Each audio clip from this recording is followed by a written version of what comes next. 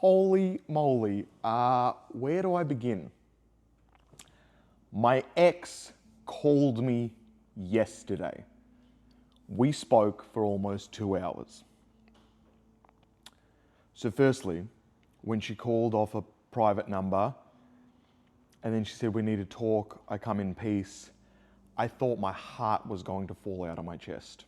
So I'm having like a heart attack, like literally a heart attack. And I'm like, I don't know what's going on. I'd called her the day before. Anyway. So I pick up the phone call and she's apparently terrified. I'm terrified. I'm not sure if she's terrified. Within 2 minutes, she then proceeds to tell me about that she's on a new wavelength and remember that book, because I mentioned the book that I'm reading, which is all about the quantum physics and understanding long ago, 8-9 months ago in passing. And she brings it up to me and I'm live going through it right now.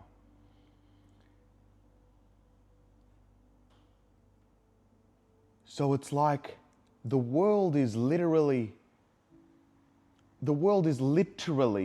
like we are so quantum sort of entangled that she's on the same train of path, thought path as me and brings it up out of the blue. Wild. Anyway, I'm sitting there. We got to clear up a lot of things, which is like really, really nice. Firstly, it's confirmed she has been using lots of drugs. She doesn't think lots, but she's only had 1 or 2 weeks sober and then continued using drugs. Lots of them, everything that plays with your serotonin, your everything. So now we're on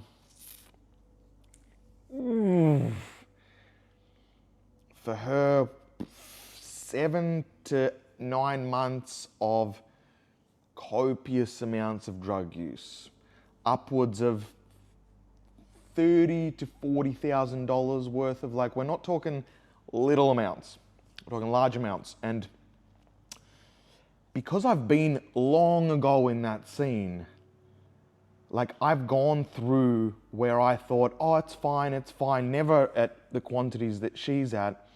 I've seen what it does to your brain. Like it becomes to be like, nah, everything's sweet, you just don't get it. You become in your own world and you start getting like paranoid delusions. And that everyone's against you and that I know the real answers, I know the ethers. And I got told by the one person that I speak to sort of in Brisbane at the moment that they saw her at the festival, I don't know if I mentioned in this video, and that she was not okay.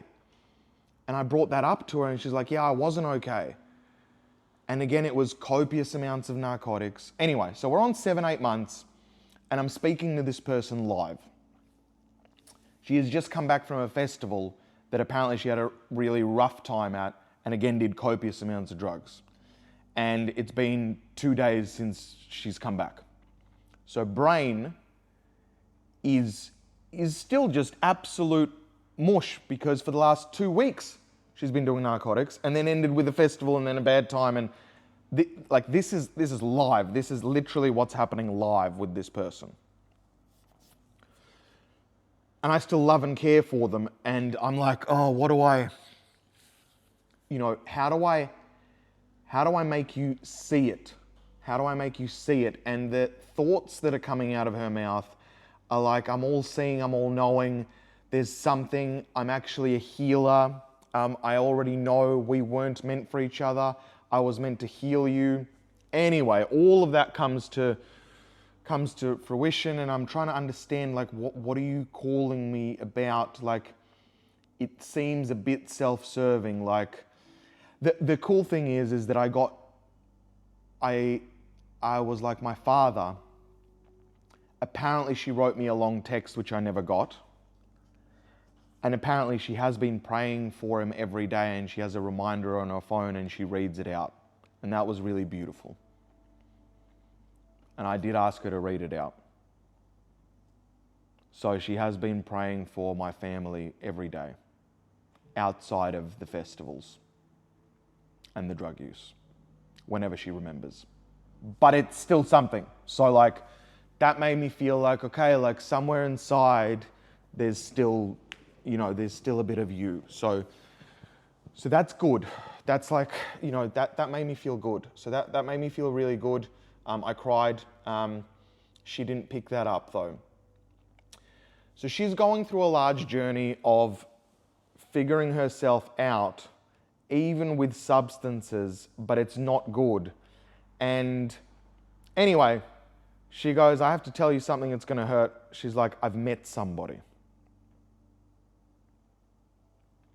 Now, she's saying it's going to hurt. So she's in this world at the moment, very, I know everything.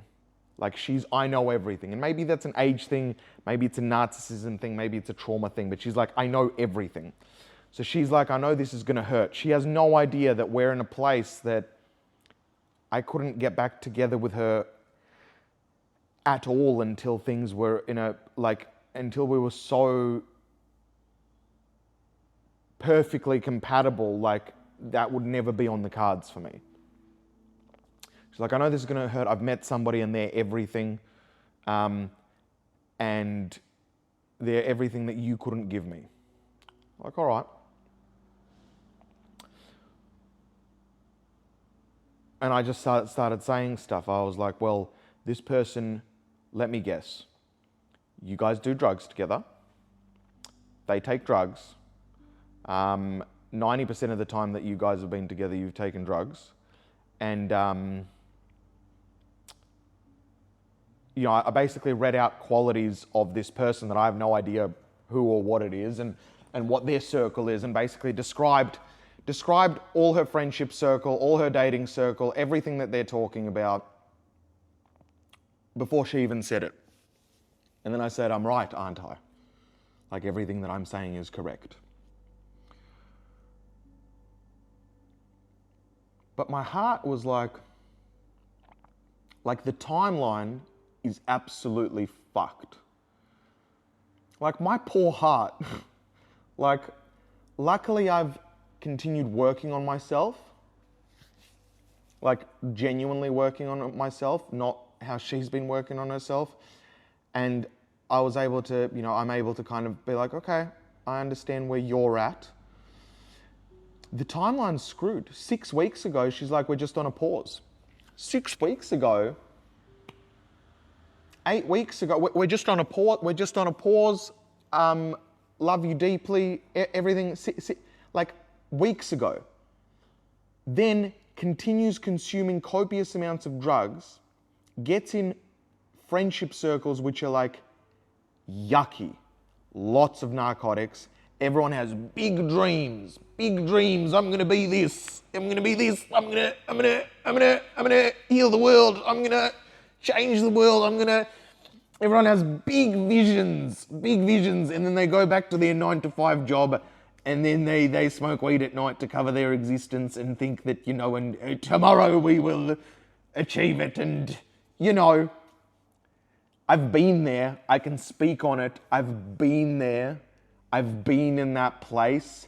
I've been in the circles, in the dreamer, intoxicated circles of chats of people that have big dreams and big aspirations and big goals while just being cooked. But now she's found somebody. They've already said we love each other. And I go, have you said it sober? She's like, yeah, once. Like, not getting it, that I'm like, hello, like, you guys are not okay. And for her, sobriety is, if I didn't take drugs today, that means I'm sober. That's not how it works. With narcotics and booze and everything, including caffeine, including sugar, there's a half-life, right? So every substance, every food, every substance, every alcohol has a half-life.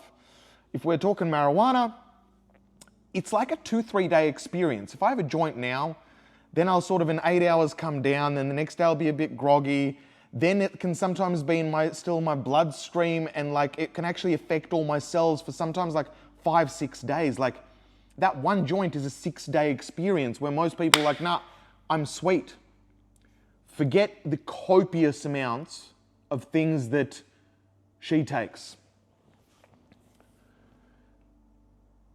So they've said they love each other, and proceeds to say, unlike you, he's willing to move to England with me. And we're going to a doctor and he said he's going to work on his drug thing and we're going to do this together. So she's now like in a place where she believes she does have a problem as well with it. So there's like she's already become in a belief system of like, we're going to get through this together. I'm in love with this brand new person and we're going to get sober together. And it's been 6 weeks and I'm going to have babies with him. Never wanted babies with somebody, going to have babies with him. So I'm hearing all this and I'm like, right, like I can't actually speak any of my emotions. I'm speaking into really like a paranoid, delusional brain. Like that's just what it is. And I tried to repeat it back to her. I go, try remember yourself like a year and a half ago when you had not taken drugs for a year.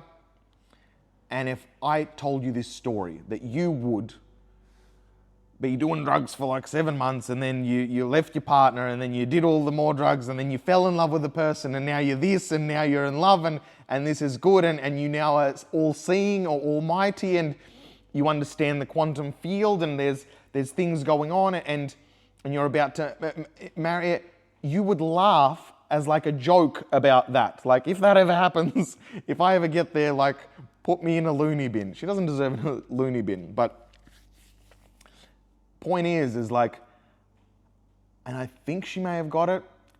And I said, look, just, it's like she wanted me to feel something, like, and I was like, look, you're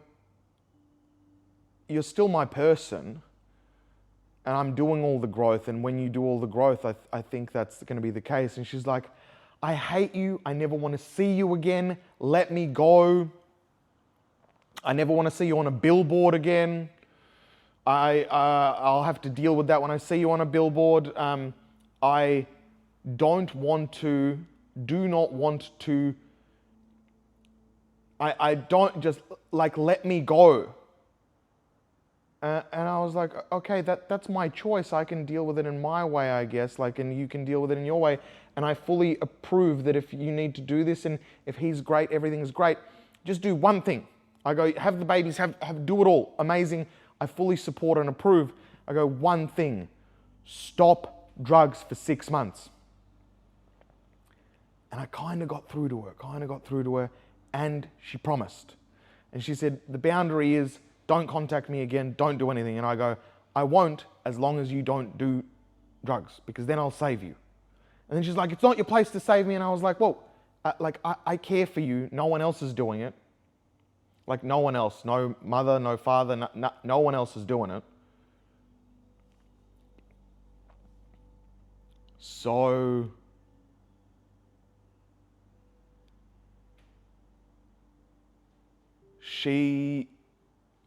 that saddens me, man. Like I really am worried.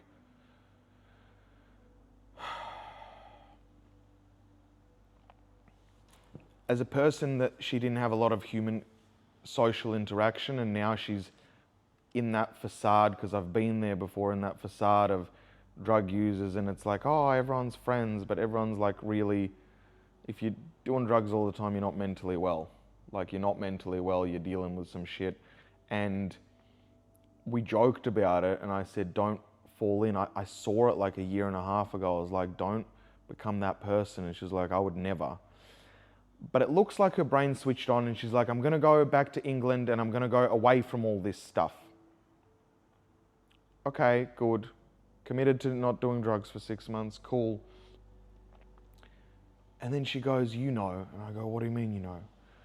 And she goes, I don't know if this guy is going to work on his shit. And I'm like, I'm working on my shit. I'm like, I'm not ready yet. I'm working on my shit, like truly. And I explained some little things, but I'm working on my shit. And I was like, look, I approve if you need to make your mistakes or if this is the right thing, that's fine. Anyway, we left the call and it was like useful for me to hear that because I really got present to the impact of not working on your stuff. Like continuing to use substances and then leaning on other people and not looking inwards. Like if you don't look inwards outside of all people and you just lean on people, like you're literally in another relationship, just in another dependable relationship, just boom, straight in, friends, etc., like no boundaries of self, literally doing brain damage to yourself. And it was like, wow, it's only been 3-4 months of me really aggressively working on myself and 3-4 months of the contradiction of you really not working on yourself. It feels like you're working on yourself. You know, when you take psychotropic drugs, it feels like you're working on stuff. You're not working on stuff. You get access to see on what can be worked on, absolutely at times, and that does nothing to actually work on the stuff. Because then you get put back into reality, and in reality, that shit is hard to work on. Just factual. Anyway, sends me an email this morning saying, I'm sorry I misled you. There is never a time for us ever, never contact me again. I was like, listen, I'm responding because this, and I was like, that's fine. I totally get it and I totally support it. Just don't do narcotics. And I am still, in my mind, I do believe our journey's not over. She calls me again and threatens me. So during my drug past, there was times where I did things that was like not proud of and was manipulated to do things which was like yuck, like really yuck. Made my dues, made my amends, spoke to a judge about it, like have spoken to people, like have worked through it. Cool. Not cool, but have worked through it. I was in a drug-induced psychosis and convinced to do things which were horrific. Not horrific, like not don't get it twisted, not horrific, but like not nice. And you know, from that point onwards, I was like, wow, I really, like it snapped me at that point. And I was like, I'm being used by people. And like I didn't know how I could do these things. So it was like, this is so not me. You know, there was a person on my couch trying to sell a gun. And I was like, I'm just an innocent Russian Jewish boy that is a performer. What am I doing here? This is not a party. These are not my friends. Run. Right? And I called home and I said, I think I have a drug problem, and I laid in bed for 3 months and cried and shook, and then, you know, went to a job, and really it took me 2-3 years to even get back any sort of self-esteem, and talking to police, judges, counselors to like be like, you're okay, you're not that person, that was just one event, it's okay, like don't identify as like, okay, cool. None of this stuff I've discussed with her, but I've told her like, because she was like, how did you get so like, why are your morals so like, you want to serve and you always want to do good? Because I was like, well, I've seen the dark side of humanity. Like I've seen the dark side of humanity, and that anybody can be sort of put into a place of horrificness. And then, anyway, so she's threatened me. So now we're on like another day of drug-induced psychosis. And now she's threatened me. She's like, I will go to the police. I will get you convicted, because the restraining order, we're going to not do that anymore. Now she's like, I'm going to get you committed. I'm going to get you convicted. Committed for what? Okay, cool. Convicted, committed. I'm resourceful, I'm intelligent, I will spend my entire life ruining your life. And I will feel like I am the karma that you deserve. And then she goes, just tell me, do you agree we will never ever be together? And I was like, yes, I agree. It's like, all right. To tell you where she's at the moment, yesterday in the phone call, she believed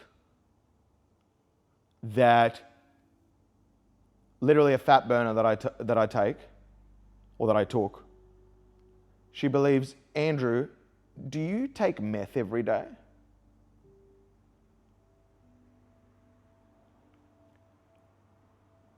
And then I paused. I was like, and she's like, why are you silent? You are. And I was like, no, I'm silent because I'm shocked. Hello? She's like, I was told it can be taken orally and maybe that's you and that's you. And I'm like, hello, can you tell me? I was trying to get to her brain. I was like, do you think I have been taking meth every day?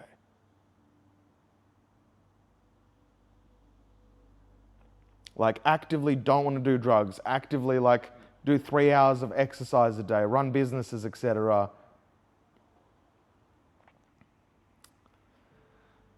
And she's like, yeah. And I was like, do you want me to get drug tested? She's like, yeah. And I'm like, look, I have a lot of stuff to do. I have now, 6, 7 employees. I'm running 100 things. I have literally interviews in literally an hour after this phone call while my heart is beating out of my chest. And yeah, so that's what happened. So I guess there's a couple of things. She is now in a drug-induced paranoid psychosis. Low key. If she's going to continue to do drugs, although I said I would save her, she is threatened to make my life hell. It's just going to be hell to go through it.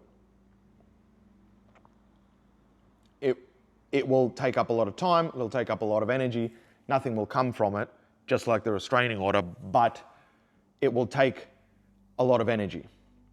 That energy is not a good energy. And all she's really feeling is she's feeling extremely hurt, and she doesn't want to, her brain doesn't want to accept that she wasn't ready for this relationship, and I wasn't ready for the relationship as well. So I've been working on all my stuff, but she's not addressing any of her stuff, and she needs this to be done in her head, which is why we went straight to the rebound, why it's all happening. And the rebound is the things that I wasn't, this person is. So it's an immediate, the rebound is it's everything that's the opposite, which is perfect. And it's instant, and the connection is hugely deep. And it's because I'm unwilling to deal with that pain because I'm just talking to people, I'm not confronting it myself. She spilled, she was like, when the cyclone was here, obviously it was hard to be alone in my house, so I had to buy a lot of drugs. That's where we're at. That is where we're at brain-wise. House, not much. Anyway, so I can't contact her. I also don't want to contact her because I genuinely had a lot higher hopes for her. I, in my calendar, had my ex has stopped doing drugs for 6 weeks now, for 9 weeks now, for 10 weeks now. I had really high hopes. I genuinely did not think that she was still using drugs. Maybe at a festival, I can kind of get that, but I didn't know that she's now got circles. They're doing it with new partners. She's in love with these new partners. And if they're in love now, this rebound would have happened 3-4 weeks ago plus. So really the rebound happened in what, in two weeks? Like do you, like, you get it? Like, it's like, whoa, buddy, like, how can you not see that? How can you not see that? She goes, I didn't want it to happen either. You know me. I was like, okay, if you don't want it to happen, you usually don't. It's like, anyway, but under the demise of a lot of narcotics use and a lot of pain that you're unwilling to deal with, because she doesn't want to deal with pain. And that's the biggest thing, is like, if you're unwilling to confront the painful experiences of yourself, then you will look for the easy option out always. And this is just one other example of it. And no one that achieved anything didn't look at the painful bits of themselves. No one. Like, you have to lean into the pain, then your body processes it, deals with it. You don't share it with other people. You don't try and like make it easier. You actually have to face it, sit in it, and then overcome it. And that bit for her is no good. Like, again, just even sitting alone in the house, like, painful, overcome it. Like, overcome it, sit in boredom. Sit in boredom. Once you sit in boredom, creativity comes out. So I can't speak to her. And from where she's at now, in my expert opinion, if she stops all use now, 2 years for brain to go back to normal function. Maybe. And in that 2 years, growth, and if you grow as well and like do stuff, like, good, but 2 years. And yeah, I can't do much with that. I can't do much with that. So and hearing all this, I do have to let her go. Like, there's a knowing inside of me that our journey at some point will collide. And that's all I was trying to convey to her. Where she believes that I'm like in love with her right now, and like right now I was like, we could get back together right now. That is not the case. But I can't keep it in my awareness or existence. It can't like live inside of me. So I have to let it go. And I'm working out this like live right now. It's like, oh, that makes me feel like throwing up. It makes me feel a bit guilty, because it's like, she said she will not watch the YouTube as well. She will never watch the YouTube. She's like, I don't want to see your face anywhere. So she is rather wants to make her own opinions on me. She knows that what she'll see on my YouTube will be like the raw truth, or seeing the experience of what her character put me through. And that's a really rough experience. She does not want to watch me anywhere. So that is real for her. So I am, I can't save her. And is that what I need to learn? Like, it feels like the world is telling me this, interestingly, that I can't save a person that doesn't want to be saved. People need to save themselves. Rather, people need to save themselves. And whenever a person reaches that point of despair where they face themselves, is great. Some people do not. I am holding in my heart that she will confront her stuff and will face her stuff. However, I am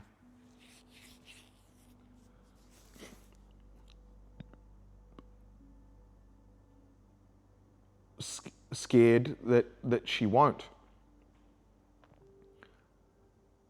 But people are dying everywhere. I spoke to a group of homeless people yesterday and tried to have a chat about alcohol and drugs. And I was like, you're going to start with your health from the inside out. And they were having a chat to me, but their brain was gone. Like there's nothing that I could say. In fact, that was the experience yesterday. Wow, that also happened. Yeah, I started talking to some homeless people and we had a big chat and I was like, they're like, you look famous. And I started talking about health. They're like, no, I just drink all the time. And I'm like, that's where it starts. There's the difference. And they were just gone. And then interestingly, the same day I got the phone call from the partner. And interestingly, again, I tried to save. And again, I got, you can't save me.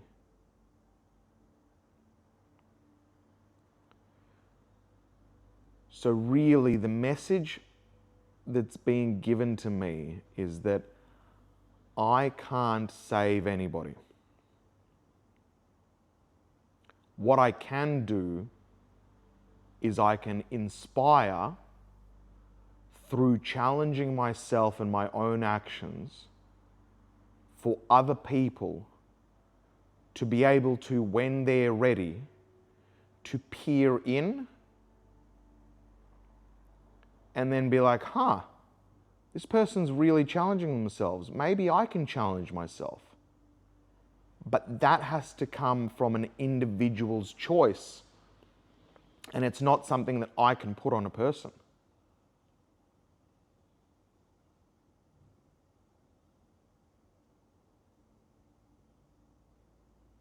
And that's pretty profound. And it's freeing and also deeply upsetting and makes me want to cry.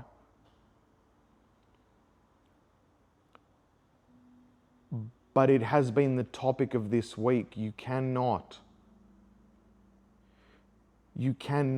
control somebody because saving is a level of control. You're saying, hey, I've got the answer, and the answer is, we're not talking large answers here. We're like, don't do drugs. You're not in a good place. It's like even really basic stuff. But for some people, it's not basic. For some people, it's like, don't be overweight. It's bad for your health. Don't smoke cigarettes. Duh. I guess, and you cannot control the outcome. What I can do is I can produce things and create things that can make a difference, but a person needs to put up their hand and choose and say, I choose to want to make a difference to myself, hence I will listen to this. I don't know if anybody else goes through this, but this is what's going on for me. It's a very live situation, very like you're experiencing this very live, very deep, very intense. And yeah, I think I also have to value myself and being like, this person is really not valuable in my life, really not valuable in my life. And that's not to make her wrong, but where she's at, it's not valuable to my life. So, maybe I do change the meaning and go, she isn't my person. But I think everybody's my person if they're willing to do the work, if that makes sense. That is true. Everyone's my person. If you're here by this long, you're my person. Because you're willing to do the work on yourself and to confront the stuff that most people won't confront. You're my person. That's it. As in, I love everybody that is challenging themselves to be their highest, truest version of themselves. That's it. You're my person. Guy, female, dog, whatever. You're my person. And I know that's weird because it's not even in a relationship sense, and I don't even know what I want in a relationship if I want a relationship, but you're my person if you challenge yourself. But if you're not challenging yourself, then you're not my person. Until such time that you do challenge yourself and you are my person. I wish her well. I genuinely wish only the best for her. Like, she has such a special brain, and I've said this over and over again. She has, she's everything. She's such a special human being. But with that specialness, she's going to have to make a lot of mistakes and figure stuff out, and I do believe that she will. She's going to figure that out, and she's going to reach her truest thing. She just does need to stop the substances. And this is for anybody, and I'll talk about substances one day at length and in depth on every one of them. I've also have a book planned at some point. I don't know when it is there. I have a lot of knowledge about that, and 99.99999% of knowledge out there is rubbish on that. And I've gone to the depths of darks, to where it's useful, to where it's not, to how it helps, to how it isn't, and what it does and what it doesn't, and the science of it and the non-science of it, and the whole lot. I wish her well. And for me, all I could do today on the treadmill was sing. I'm feeling a lot of emotions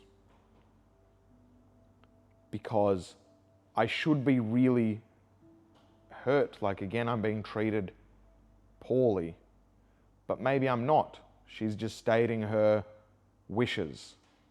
And just because I can see stuff that's not there, that's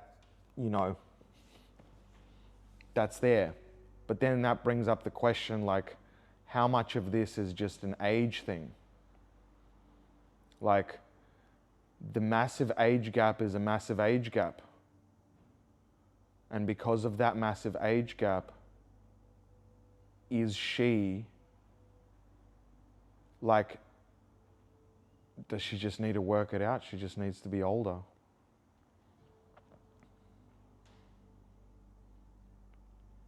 I didn't want to fall for her. It was a big problem, her age, for me. Like, it was a really large problem. She's like, nah, it's hot. And I was like, yeah, like, conceptually hot, but in reality, not really. Like, it's a real problem. Like, you can't drive, you can't swim, you can't... when you're that age, you also think that you know everything because you haven't made enough mistakes. And you just know everything. Everything always, you know it all, and it's brilliant. Whoa, dude, Whoa. So, wild. I don't know if I'm certain on where this all sits, but I know that I can't contact her, and I know that I have to let her go. So I'm letting her go. Like, internally, I'm letting her go. And I think what really screams true to my heart is I need to dedicate an album to letting her go. My first album needs to come from that emotion of letting that go and just what I feel. It really resonates with me. Like, I'm feeling like an R&B soul kind of, like, dark, like, you kind of broke me, but I'm gonna make it. You kind of broke me, but I'm gonna make it. Something like, like, I looked at you and I said to myself, I wish it wasn't you, but baby, every time I think of you, I wish I was something. But you know, it's got like, yeah, that's what I'm feeling. Like that's, and I think this is a good time. This is a really raw emotion. I'm getting goosebumps as I say that. I think this is a good time. This is a really raw emotion. It's really raw. And I think this is a good time to therapeutically write my first songs and release an album. Do I just go full album or do I go song? Not sure. This video has been long. I appreciate you being here. That's the update. I hope you're well. Whoa. That's the update. Stay tuned because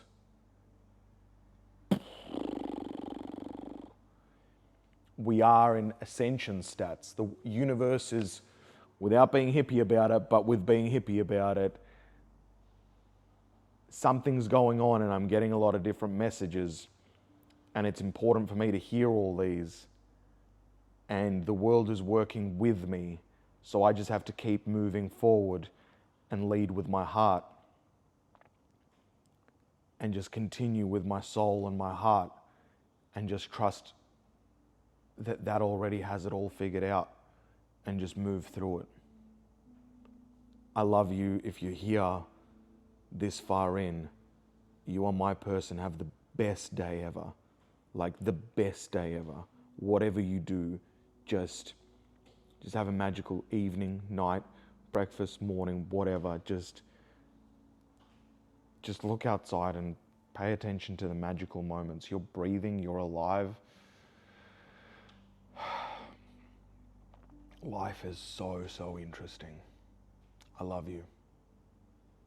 Genuinely. Till tomorrow. Peace.